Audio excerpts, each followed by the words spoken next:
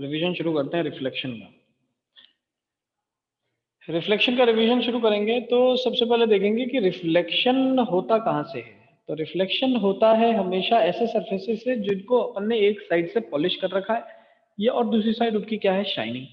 ठीक है, जैसे कि आप अगर देखें तो जो वाटर सरफेस होता है, अगर आप अपनी खुद के रिफ्लेक्शन को वाटर सरफेस पे देखें तो आपको ऐसा लगेगा कि if you are watching yourself on the water surface, ठीक है, that means you are seeing your image.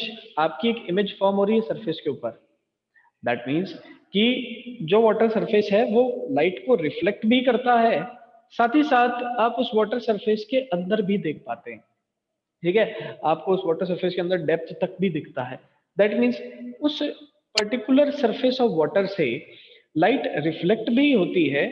Light reflect भी होती है, जितनी लाइट आपने भेजी उसमें से कुछ लाइट रिफ्लेक्ट भी हुई और कुछ लाइट इसको ट्रांसमिट करके अंदर भी गई। ठीक है, तो रिफ्रैक्शन और रिफ्लेक्शन दोनों देखा जाता है किसके ऊपर, वाटर सरफेस के ऊपर।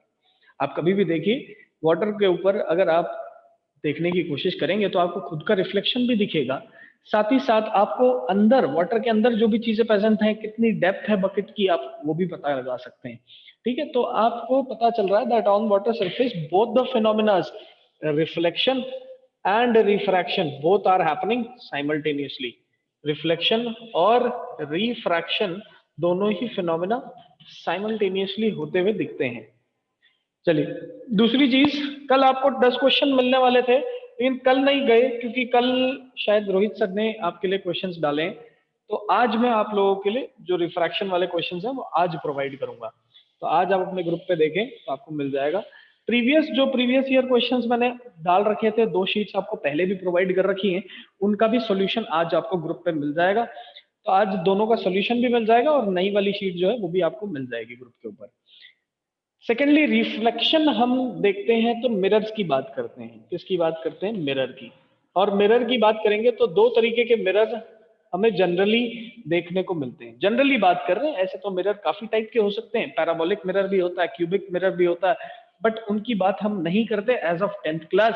ठीक है, 2 ही तरीके के मिरर हमें देखने हैं, एक होता है प्लेन मिरर, एक होता है स्फेरिकल मिरर। ठीक है, 2 तरीके के मिरर्स के बारे में हमें स्टडी करना है।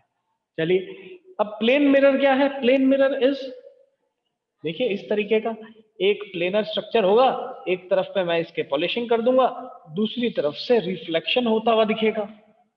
So what is reflection? Reflection is bouncing back of light in same medium. ये लाइट आई, टकराई, टकरा के बाउंस बैक करी तो सेम मीडियम में गई। इसी को हम क्या कहते हैं, इसी को हम रिफ्लेक्शन कहते हैं। अब यहाँ पर मेरे पास एक इंसिडेंट एंगल दिख रहा है और इधर मेरे पास एक रिफ्रैक्टेड एंगल दिख रहा है। ठीक है, reflected angle and incident angle, we know that angle of incidence is equal to angle of reflection. We know that angle of incidence is equal to angle of reflection. दोनों एक दूसरे के क्या हैं, इक्वल हैं। This is the first law of reflection. ऐसे ही मेरे पास दूसरा लॉ रिफ्लेक्शन का क्या आता है कि भाई मेरे पास जो इंसिडेंट रे है, this is the incident ray, this is the reflected ray and this is the normal, all lie in the same plane. भाई जो तीनों रेज हैं ये एक ही प्लेन में लाई करते हैं, सेम प्लेन में लाई करते हैं। ये मेरे पास दूसरा लॉ निकल के आता है। प्लेन मिरर के सामने अगर मैं इमेज को फॉर्म बंद करवाऊं तो देखिए ये मेरे पास प्लेन मिरर, मैंने इसके सामने एक एल शेप्ड ऑब्जेक्ट रखा इस तरीके का। तो इसकी जब इमेज देखी तो इमेज मुझे कुछ इस तरीके से बनती हुई दिखी, ऐसे। ठीक है, इस तरीके से इसकी इमेज बनती हुई दिखी।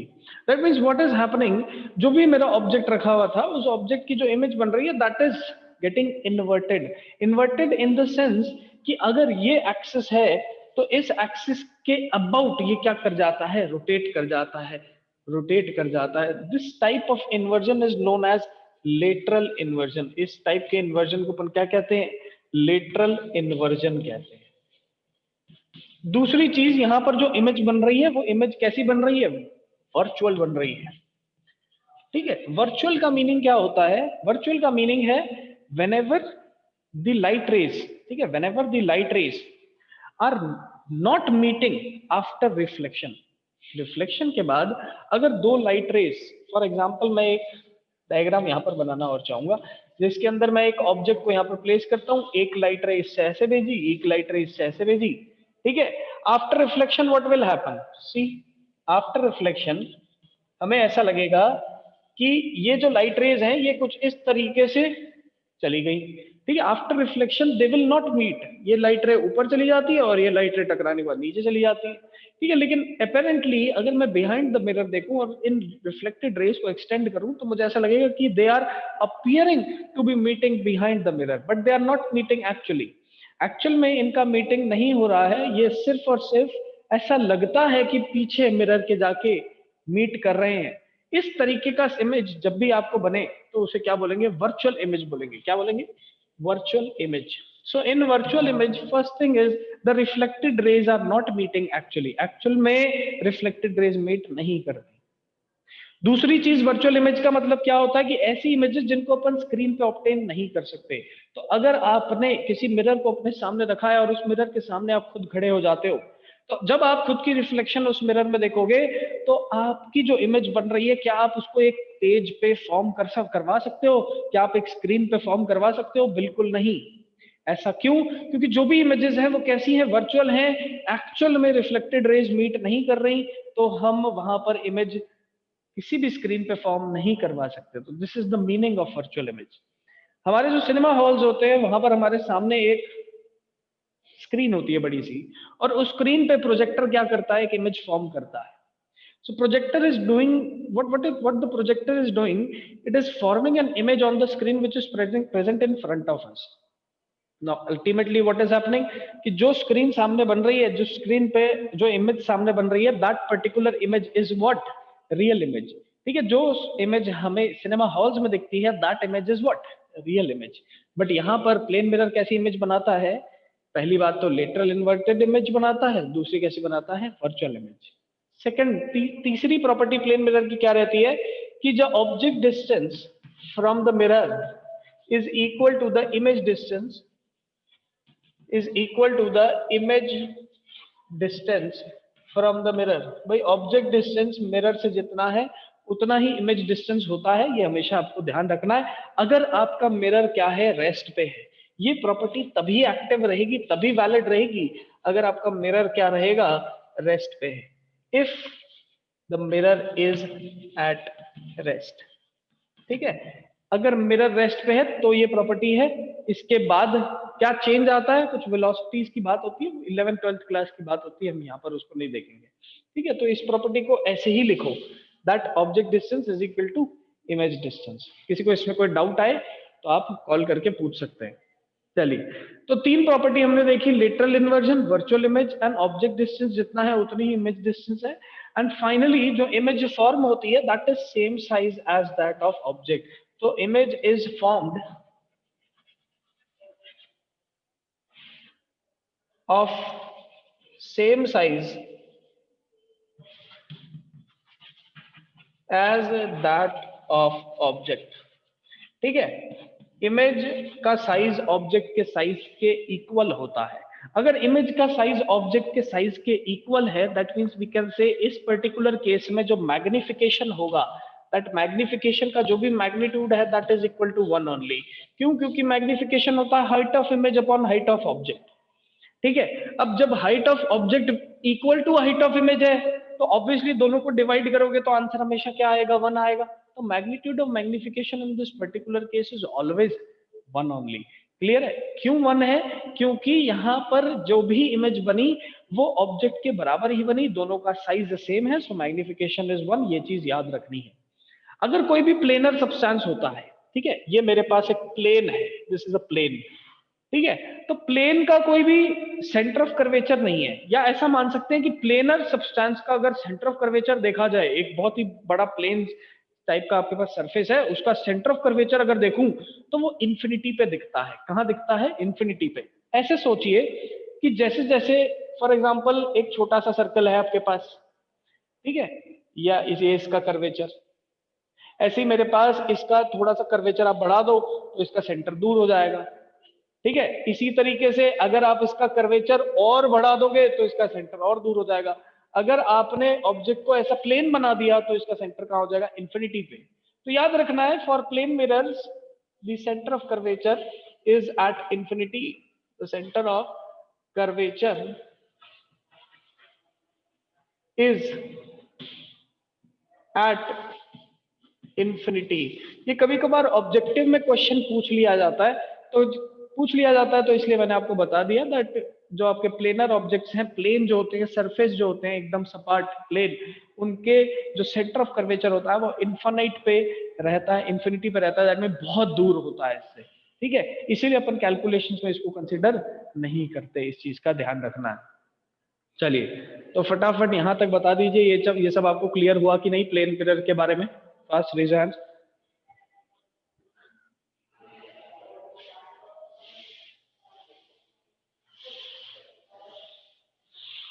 ये सारी छोटी छोटी जो बातें हैं ना बेटा, इनको कभी कभार एग्जाम के अंदर एग्जामिनर आपसे 1 1 मार्क्स में पूछ लेता है। ये लेटरल इन्वर्जन क्या होता है, वर्चुअल इमेज क्या होती है, ऑब्जेक्ट डिस्टेंस इमेज डिस्टेंस क्या है, ठीक है। वो आपसे images formed as the same side of that of same size as that of object, ये सब आपसे क्या है कि वो 1 1 मार्क्स में पूछ लेगा इसका मतलब मैग्निफिकेशन कितना होगा, तो 1 होगा।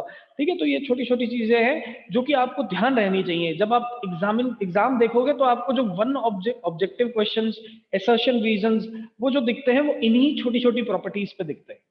कभी भी न्यूमेरिकल नहीं आएगा असर्शन रीजन में। ठीक है, कब बहुत कम चांसेस है कि कोई न्यूमेरिकल आपके ऑब्जेक्टिव के अंदर आ जाए, कम चांसेस होते हैं। थ्योरेटिकल क्वेश्चंस ज्यादा होते हैं। तो वो थ्योरेटिकल क्वेश्चंस कहाँ से बनते हैं? यहीं से बनते हैं। जब छोटे छोटे कॉन्सेप्ट होते हैं, इन्हीं से आपके क्वेश्चंस फॉर्म हो जाते हैं। चलिए आगे देखते हैं।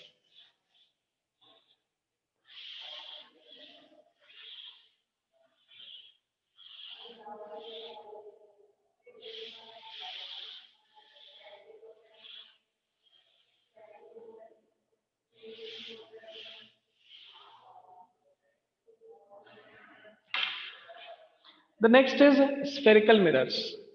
नेक्स्ट जो इसमें आता है वो आता है हमारे पास स्फेरिकल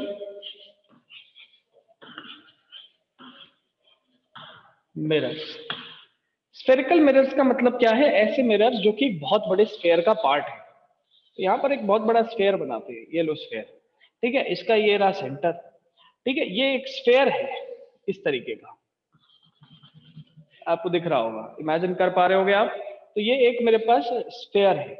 इस स्फेयर का एक पर्टिकुलर पार्ट मैंने यहां से कट कर लिया ऐसे, इस पर्टिकुलर पार्ट को कट किया, और एक मैंने यहाँ का पार्ट कट कर लिया। ठीक है, कहीं का भी पार्ट कट करो तो आपको वो कैसा दिखेगा? एक कर्व पाथ दिखेगा। ऐसा दिखेगा कि एक कर्वेचर है उसके पास। ठीक है, उसका एक पर्टिकुलर सेंटर है, उसका एक पर्टिकुलर फोकस है, उन सब चीज की बात कर रहे हैं।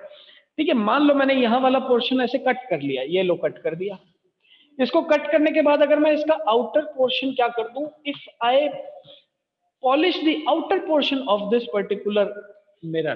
ठीक है, मैंने इस बहुत बड़े से एक स्फेयर का ये पोर्शन कट किया और इसके आउटर पोर्शन को पॉलिश कर दिया, तो जो भी रिफ्लेक्शन होगा कहां से होगा? इनसाइड होगा। जो भी रिफ्लेक्शन होगा कहां से होगा? इस पर्टिकुलर जगह से होगा। इस पर्टिकुलर मिरर को अपन क्या कहते हैं? कॉनकेव मिरर कहते हैं। तो this is the concave mirror. Concave mirror is also known as converging mirror. इसको और क्या बोला जाता है? कन्वर्जिंग मिरर भी बोला जाता है। कन्वर्जिंग मिरर का मतलब जो भी लाइट रे इस पे फेंकोगे ये उसको एक पॉइंट पे कन्वर्ज करने की कोशिश करेगा। ठीक है, that type of mirror is known as converging mirror. अगर मैं वापस से यही सेम डायग्राम ऐसे बना दूं इस तरीके का, ये वापस से मैंने ऐसा ही एक कर्व्ड स्ट्रक्चर बना दिया, बट इस बार मैंने क्या किया, इस बार जो भी पॉलिशिंग की है वो मैंने इस तरीके से इनसाइड की है। मतलब जो कॉन्केविटी थी वहां पर पॉलिशिंग कर दी, तो जो भी रिफ्लेक्शन होगा वो आउटसाइड होगा। इस टाइप के मिरर को कहा जाता है कॉन्वेक्स मिरर। ठीक है, तो आप जानते हैं this is convex which is also known as diverging mirror. ये लो डाइवर्जिंग। ठीक है, डाइवर्जिंग क्यों? क्योंकि जो भी लाइट रे आएगी ये उसको एक पॉइंट पे कंसंट्रेट नहीं करवाएगा, ये उसे अलग अलग डायरेक्शन में भेज देगा। जो भी लाइट रे आप इस पे पैरेलल भेजोगे ये इसको अलग अलग डायरेक्शन में भेज देगा। इसको क्या बोलते हैं? डाइवर्जिंग बोलते हैं। ये इसकी टेंडेंसी क्या होगी? जो भी पैरेलल रेज इस पे भेजोगे ये उसको एक पॉइंट पे कन्वर्ज करा देगा, कंसंट्रेट करवा देगा। So that is converging mirror and diverging mirror. आपके पास यहाँ पर दो टाइप के स्फेरिकल मिरर्स आते हैं। अब इन दो टाइप के जो स्फेरिकल मिरर्स हैं इनका एक बड़ा सा डायग्राम मैं यहाँ पर आपको बना के बताता हूँ। ये एक बहुत बड़ा सा डायग्राम मैंने बना दिया। ठीक है, ये कौन सा मिरर है, तो this is a concave mirror. ये कौन सा मिरर है, ये तो एक कॉनकेव मिरर है। चलिए बिल्कुल ठीक है, सीधी सिंपल सी बात, कॉनकेव मिरर। अब देखिए कॉनकेव मिरर का एक बहुत ही बड़ा सा एक रीजन बन रहा है, यहां से लेके यहां तक का। इस रीजन के अंदर क्या है कि अगर मैं इस पर्टिकुलर रीजन के अंदर लाइट को इसके भेजूं तो वो रिफ्लेक्शन होगी। ठीक है, अगर मैं लाइट को ऐसे भेज दूंगा तो कुछ भी नहीं होगा, लाइट सीधी निकल जाएगी। अगर मैं लाइट को इसके ऊपर से भेज दूंगा तो कुछ भी नहीं होगा, सीधी निकल जाएगी। ये एक ऐसा पार्ट है, एक ऐसी ओपनिंग है, एक ऐसा रीजन है जहां पर लाइट रे को अगर भेजा गया तो रिफ्लेक्शन होगा। इस पर्टिकुलर रीजन को अपन क्या बोलते हैं, एपर्चर बोलते हैं। क्या बोलते हैं, एपर्चर। चलिए, अब इस एपर्चर का जो मिड पॉइंट है, इस ओपनिंग का जो मिड पॉइंट है, ये इसका मिड पॉइंट यहां कहीं पे होगा, इधर। ठीक है, उस मिड पॉइंट को अपन ने क्या बोला, पोल ऑफ द मिरर बोला है। क्या बोला है, पोल ऑफ द मिरर। अब इस मिड पॉइंट से एक सेंटर होगा, क्योंकि हम जानते हैं ये जो मिरर है ये एक बहुत बड़े स्फीयर का पार्ट है। ठीक है, तो उसका कुछ ना कुछ सेंटर होना चाहिए। तो इसी तरीके से यहाँ पर कॉनकेव मिरर का भी कुछ एक सेंटर होगा, ये लो सेंटर। अगर मैं सेंटर और पोल ऑफ द मिरर को एक लाइन से जोड़ दूं, अगर मैं सेंटर और पोल ऑफ द मिरर को एक लाइन से जोड़ दूं, तो उस पर्टिकुलर लाइन को, उस पर्टिकुलर एक्सिस को हम क्या बोलते हैं, प्रिंसिपल एक्सिस बोलते हैं। तो this is the principal axis. बेटा ये प्रिंसिपल स्कूल वाला प्रिंसिपल है, याद रखना, स्पेलिंग इसकी कैसी है, प्रिंसिपल।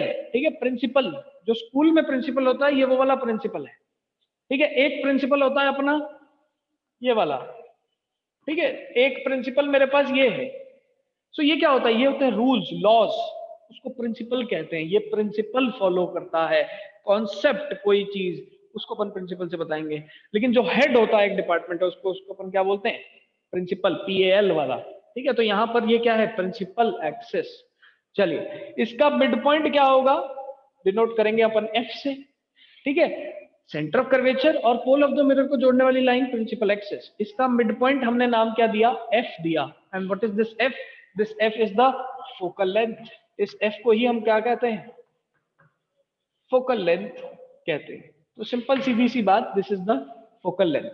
अगर पोल ऑफ द मिरर और सेंटर ऑफ कर्वेचर के बीच का डिस्टेंस r है, तो फोकल लेंथ और प्रिंसिपल एक्सिस के बीच का डिस्टेंस r/2 हो जाएगा।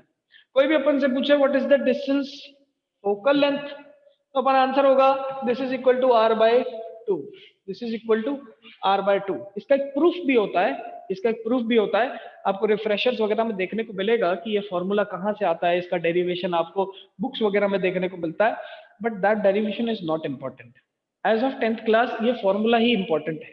वो डेरिवेशन आप पढ़ोगे जब आप हायर क्लासेस में जाओगे। 12th क्लास में ये सेम चैप्टर दोबारा ऑप्टिक्स नाम से आता है। ठीक है, अभी अभी ये चैप्टर किस नाम से है, लाइट नाम से है। ये सेम चीज 12th क्लास में ऑप्टिक्स नाम से आती है, और तब अपन इन सब सभी चीजों का डेरिवेशन वापस से सीखते हैं। हम मिरर फॉर्मूला को भी डिराइव करना सीखते हैं, लेंस फॉर्मूला को भी डिराइव करना सीखते हैं। तो आपको घबराने की बात नहीं है, सिर्फ इतना देखो कि which is important for your board point of view. आपके बोर्ड एग्जाम के अंदर नंबर कम ना आए, बस उतना अपन को सब कुछ याद रहना चाहिए। अपना टारगेट ये रहना चाहिए कि अगर फॉर एग्जाम्पल मान लेते हैं 80 में से अगर 27 से 30 नंबर, अगर 27 से 30 नंबर अपने फिजिक्स के आ रहे हैं, फॉर एग्जांपल लेट अस से कि 27 से अगर 30 नंबर अपन को फिजिक्स के दिखते हैं, तो हमारा टारगेट होना चाहिए कि इसमें से एक भी नंबर कट ना हो जाए। ठीक है, सारे क्वेश्चन हमने पहले कभी ना कभी कर रखे हो, ये हमारा टारगेट होना चाहिए। तो हम उसी के लिए पढ़ रहे हैं। हम एक्स्ट्रा ज्ञान क्यों लें, हम एक्स्ट्रा क्यों पढ़ें, जब हमें टारगेट ये है, इस टारगेट को पता करना है। अगर आपने ये सारी चीज पढ़ ली तो आप एक्स्ट्रा करें। चलिए, इसके बाद क्या आ गया, ये मैंने एक पूरा डायग्राम बनाया जिसमें मैंने centre of curvature, focal length, principal axis, ठीक है, pole of the mirror, aperture, सबके बारे में बता दिए। अब एग्जामिनर डायरेक्टली कभी कभार आपसे प्रिंसिपल एक्सिस, फोकल लेंथ, इन सब की डेफिनेशंस पूछ लेता है। ठीक है, वो आपसे पूछता है that what is focal length, what is principal axis, आपसे पूछ लेता है कि भाई डेफिनेशन बता दो। 1 मार्क्स 2 मार्क्स क्वेश्चन आपको देखने को मिलता है। कभी कभार डायरेक्टली इन फॉर्मूला पे बेस्ड क्वेश्चन आ जाते हैं। ठीक है, कभी कभार डायरेक्टली फॉर्मूला पे बेस्ड आपको क्वेश्चन देखने को मिल जाते हैं। कभी कभार आपको फोकल लेंथ मिरर फॉर्मूला पे क्वेश्चन देखने को मिल जाता है। तो आप उन सब चीज का भी ध्यान रखें। बोर्ड एग्जाम के अंदर आपसे बेसिक से बेसिक चीज भी आपसे पूछी जा सकती है, जो कि अपन कभी कभार सोचते हैं कि एग्जाम में नहीं आती। चलिए, तो यहां तक अपन को समझ में आ गया। अब इसके बाद आते हैं कुछ रूल्स ऑफ इमेज फॉर्मेशन। ठीक है, कुछ रूल्स भी तो होंगे। भाई स्फेरिकल मिरर से कैसे अपन इमेज बनवाएंगे, कुछ के कुछ ना कुछ रूल्स होंगे। अब वो रूल्स कैसे होंगे उसकी बात करते हैं, आइए ध्यान से देखिए। What will be the rules, let us C.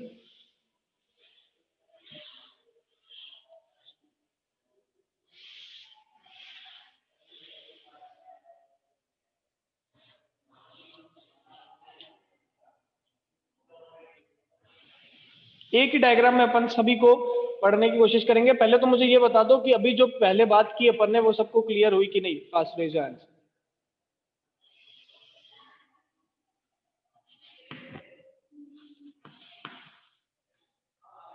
Yes fast, बताइए बेटा।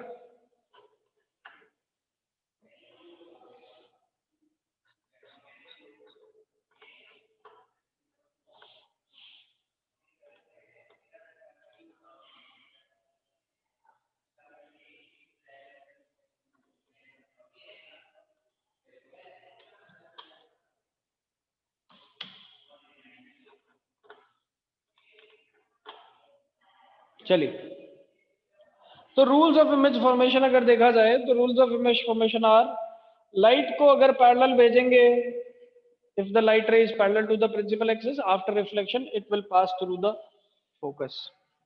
First rule will be, when the light ray is passed parallel to the principal axis, after reflection it will pass through the focus. After reflection ये focus से पास होगी। अगर मैं light रे को focus से पास करवाऊं like this, after reflection this light ray will become parallel.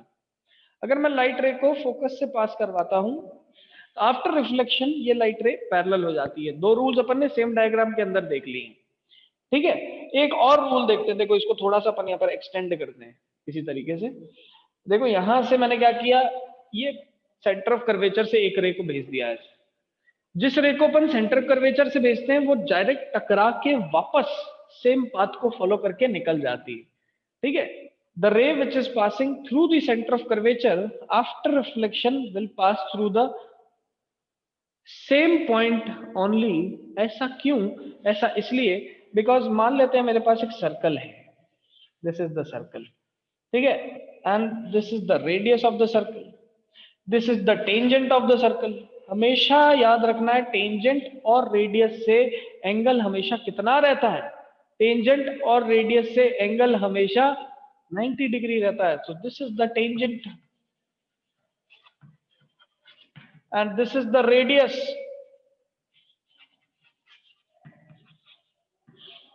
This is the tangent and this is the radius. Tangent और रेडियस के बीच में हमेशा एंगल आपको कितना देखने को मिलेगा, तो हमेशा एंगल आपको देखने को मिलेगा 90 डिग्री। इसी तरीके से ये रहा centre of curvature. Centre of curvature से अगर मैं किसी भी पॉइंट को जोड़ूं तो ये मेरे पास आता है रेडियस, ठीक है। एंड रेडियस अगर सरफेस से देखे तो कितना एंगल बनाता है, 90 डिग्री का एंगल बनाता है। सो यही मेरी इंसिडेंट रे हो गई, यही मेरा नॉर्मल हो गया और यही मेरा रिफ्लेक्टेड रे भी हो गया। तो इंसिडेंट भी यही, नॉर्मल भी यही और रिफ्लेक्टेड भी यही। तो जब तीनों चीजें मेरे पास यही आ रही हैं, दैट मींस इस पर्टिकुलर केस के लिए एंगल आई और एंगल आर बराबर 0 हो जाएगा। क्यों? क्योंकि फॉर ए पर्टिकुलर प्लेन अगर लाइट रे ऐसे ही आ जाए तो ये वापस टकरा के ऐसे ही निकलेगी। ऐसा क्यों होता है? बिकॉज इंसिडेंट एंगल और रिफ्लेक्टेड एंगल इस पर्टिकुलर केस में सेम रहेंगे। सेम तो हमेशा होते हैं, लेकिन इस पर्टिकुलर केस के लिए कितने होंगे, 0 डिग्री के बराबर होंगे। तो ये चीज आपको पता होनी चाहिए, ठीक है। ये हमारे 3 रूल्स थे जो कि हमने देखे किसके, इमेज फॉर्मेशन के। ऐसे ही एक चौथा रूल भी हमारे पास आता है, दैट रूल इज कि अगर मैं पोल ऑफ द मिरर पे लाइट को भेजूं, if I send the light at the pole of the mirror, then it will bounce back like this, ठीक है। it will follow the rule of, it will follow the rule of reflection, angle I will be equal to angle R and it will bounce back like this। तो ये 4 rules जो हैं image formation के लिए आपको पता होने चाहिए। These are the 4 rules of image formation. ये बहुत इंपॉर्टेंट रूल्स हैं, इन्हीं पे बेस्ड अब नेक्स्ट जो हमारा टॉपिक आता है दैट इज किस तरीके से इमेजेस फॉर्म्ड होती हैं, वो इसी पे बेस्ड होता है। फटाफट बताइए यहां तक सबको क्लियर है कि नहीं।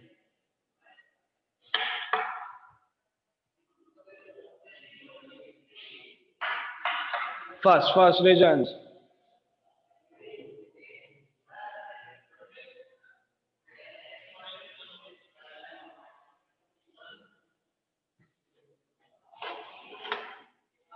चलिए बहुत बढ़िया। Next will be cases for image formation. Next will be cases for image formation. Image formation किस तरीके से देखने को मिलता है डिफरेंट डिफरेंट मिरर्स के थ्रू। प्लेन मिरर का इमेज फॉर्मेशन हमने देखा, ठीक है, प्लेन मिरर से किस तरीके से होता है वो हम देख चुके हैं। चलिए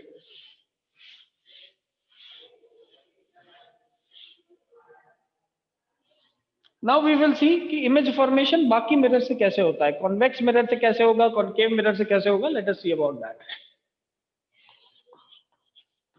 सो कॉनकेव की बात करते हैं सबसे पहले। कॉनकेव मिरर, अगर कॉनकेव मिरर के लिए मैं ऑब्जेक्ट को इंफिनिटी पे रखूं, नंबर वन, अगर ऑब्जेक्ट को इंफिनिटी पे रखूं तो ये बनाता हूं मैं कॉनकेव मिरर, ठीक है। इस कॉनकेव मिरर के लिए ऑब्जेक्ट है इंफिनिटी पे, तो यहां लो इंफिनिटी, ये मेरे पास प्रिंसिपल एक्सेस, जो भी लाइट रे आएगी वो पैरेलल आएगी, तो जो भी लाइट रे आ रही है वो पैरेलल आ रही है। आफ्टर रिफ्लेक्शन ये लाइट रेज कहां से पास होंगी, तो आफ्टर रिफ्लेक्शन ये लाइट रेज फोकस से पास होंगी। तो जो भी ऑब्जेक्ट बना वो कहां बना, at focus. This is the centre of curvature, this is the pole of the mirror, so we will say that image will be at focus only, ठीक है। Image will be real, image will be inverted and image will be point sized। कैसी दिखेगी, point sized image मुझे देखने को मिलेगी। Number second देखते हैं। नंबर सेकंड, अगर ऑब्जेक्ट को मैंने बियॉन्ड सी रखा, अगर ऑब्जेक्ट को मैंने बियॉन्ड सी रखा तो व्हाट विल हैपन, ये मैंने बनाया वापस से मिरर इस तरीके से, ठीक है। This is the principal axis, this is the centre of curvature, this is the focus point, this is the object, ठीक है। यहां पर अपन इस तरीके से ऑब्जेक्ट को ऐसे रखते हैं। ये एक लाइट रे को अपन ने पैरेलल भेजा, ये लाइट रे पैरेलल भेजी, तो after reflection this will pass through the focus. अगर एक लाइट रे को पोल ऑफ द मिरर पे भेजूंगा तो ये लाइट रे कुछ इस तरीके से पास कर जाएगी यहां से, और मेरी इमेज कहां बनती हुई दिख रही है, मुझे इमेज बनती हुई दिख रही है between C and F.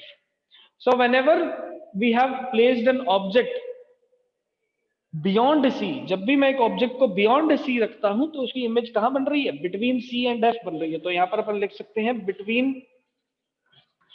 C and F, image will be real, second image will be inverted, and finally small sized या फिर diminished, diminished लिख सकते हैं अपन यहां, ठीक है। स्मॉल साइज लिखो, डिमिनिश लिखो, बात बराबर है।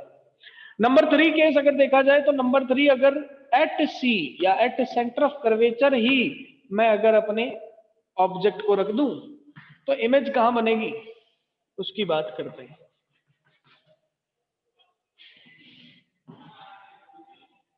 This is C, this is F and this is P. अगर मैं एट सेंटर ऑफ कर्वेचर ही ऑब्जेक्ट को रख देता हूं तो एक लाइट रे गई ऐसे, ये लो फोकस से पास हुई, ये दूसरी लाइट रे को हम पोल से पास करवाएंगे, ये लो इस तरीके से, और ऑब्जेक्ट की वजह से जो इमेज बन रही है वो फिर से हमारे पास सेंटर ऑफ कर्वेचर पे ही बन जाती है।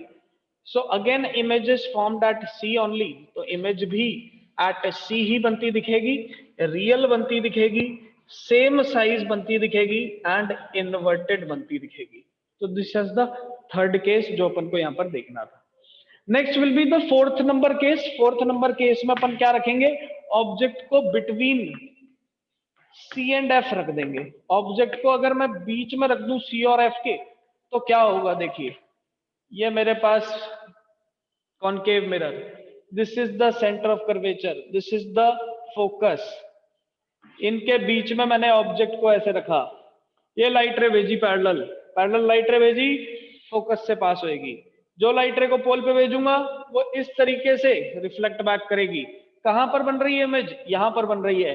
तो ये देखो बिटवीन सी एंड एफ रखने की वजह से इमेज जो बनी वो कहां बनी, तो वो बियॉन्ड सी बनी। बियॉन्ड सी बनने की वजह से जो इमेज बन रही है वो पहली बात तो रियल बनेगी, फिर इन्वर्टेड बनेगी और एनलार्ज्ड बनेगी, ठीक है। तो तीनों केसेस अपन ने यहाँ पर देखे कि किस तरीके से इमेज बन रही है। नेक्स्ट अपन देखते हैं फिफ्थ नंबर केस, इसके अंदर ऑब्जेक्ट एट फोकस। अगर ऑब्जेक्ट को फोकस पे रख दिया जाए तो ये देखो ये रहा कॉनकेव मिरर, इस तरीके से। ये रही इसकी प्रिंसिपल एक्सिस, ये रहा फोकस पॉइंट, ये रहा इस पे ऑब्जेक्ट। इस ऑब्जेक्ट को हमने भेजा यहां से, ये लो लाइट, ये लाइट रे टकराने के बाद पैरेलल ऐसे पास कर जाएगी, ठीक है। जो पोल पे जाएगी वो इस तरीके से यहां पर पास कर जाएगी, and they will meet somewhere at the infinity. याद रखना है, जब भी ऑब्जेक्ट को आप फोकस पे रखें तो वो हमेशा कहां जाके मीट करेंगे, इंफिनिटी पे मीट करेंगे। तो they will meet at infinity. Image कहां बनेगी, इंफिनिटी पे। कैसी बनेगी, रियल। दूसरी कैसी बन रही है, इन्वर्टेड। तीसरी कैसी बन रही है, enlarged. So you can see कि सारे केसेस के अंदर अपन किस तरीके से रे डायग्राम बनाते हैं और उनकी प्रॉपर्टीज को याद रखते हैं। तो ये रे डायग्राम्स आपको याद होने चाहिए। बताओ फटाफट, ये 5 केस सबको पता चले कि नहीं, फटाफट यस और नो, रेज हैंड्स।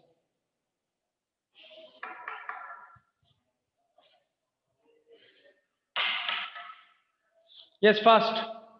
एक और केस देखते हैं फिर क्लास को खत्म करते हैं। छठा केस देखते हैं कॉनकेव का, तो कॉन्वेक्स मिरर के बाद कल की क्लास में देखेंगे, ठीक है। चलिए बहुत बढ़िया। तो छठा केस देखते हैं, यहां पर बनाता हूं मैं 6th नंबर केस। जिसको भी डाउट आए क्लास के बाद आप कॉल करके पूछना। जिस भी बच्चे को डाउट है regarding this, you can call after this class. छठा केस क्या होगा, बिटवीन पोल एंड फोकस। ये इंपॉर्टेंट केस है। क्यों इंपॉर्टेंट है, क्योंकि देखिए एक ही ऐसा केस मेरे पास दिखता है, एक ही ऐसा केस मेरे पास आता है जिसके अंदर हमारी जो इमेज है वो वर्चुअल बनती है। कैसी बनती है, वर्चुअल बनती है, लाइक दिस। ये मैंने इसको यहां एक्सटेंड किया, इसको यहां पर एक्सटेंड किया, ये मेरी इमेज यहां पर मुझे फॉर्म होती हुई दिख जाती है, ठीक है। तो this type of case has been seen in when we place the object between pole and focus। अगर मैं पोल और फोकस के बीच में ऑब्जेक्ट को रख दूं तो जो इमेज है वो पहली बात तो बिहाइंड द मिरर बनती है। अब देखो एक्चुअल में तो ये मीट कर नहीं रही, तो ऑब्वियसली जो इमेज है दैट इज वर्चुअल। दूसरी वर्चुअल है तो साथ में देखो जैसे ऑब्जेक्ट को रखा था उसी तरीके से इमेज भी बनी, तो इरेक्ट। बाकी सारे एग्जांपल्स में रियल और इन्वर्टेड इमेज बन रही थी, यहाँ पर वर्चुअल और इरेक्ट इमेज बन रही है। देखो ऑब्जेक्ट छोटा सा है लेकिन इमेज कैसी है, बड़ी। सो अपन यहाँ पर फाइनली लिख सकते हैं एनलार्ज्ड। क्या लिख सकते हैं, एनलार्ज्ड। तो इस तरीके से मेरे पास टोटल 6 केस आते हैं किसके, इमेज फॉर्मेशन के, from the concave mirror. Concave mirror से टोटल 6 केसेस होते हैं मेरे पास इमेज फॉर्मेशन के। अब इन इमेज फॉर्मेशन के केसेस पे कुछ न्यूमेरिकल्स होते हैं जो कि अपन नेक्स्ट क्लास में और अच्छे से सॉल्व करेंगे। फटाफट यहां तक बताइए कि क्या सबको क्लियर है कि नहीं। जिसको कोई भी डाउट है क्लास के बाद मुझे कॉल कर सकता है। फटाफट raise your hands if everything is clear up to this point. Fast everyone.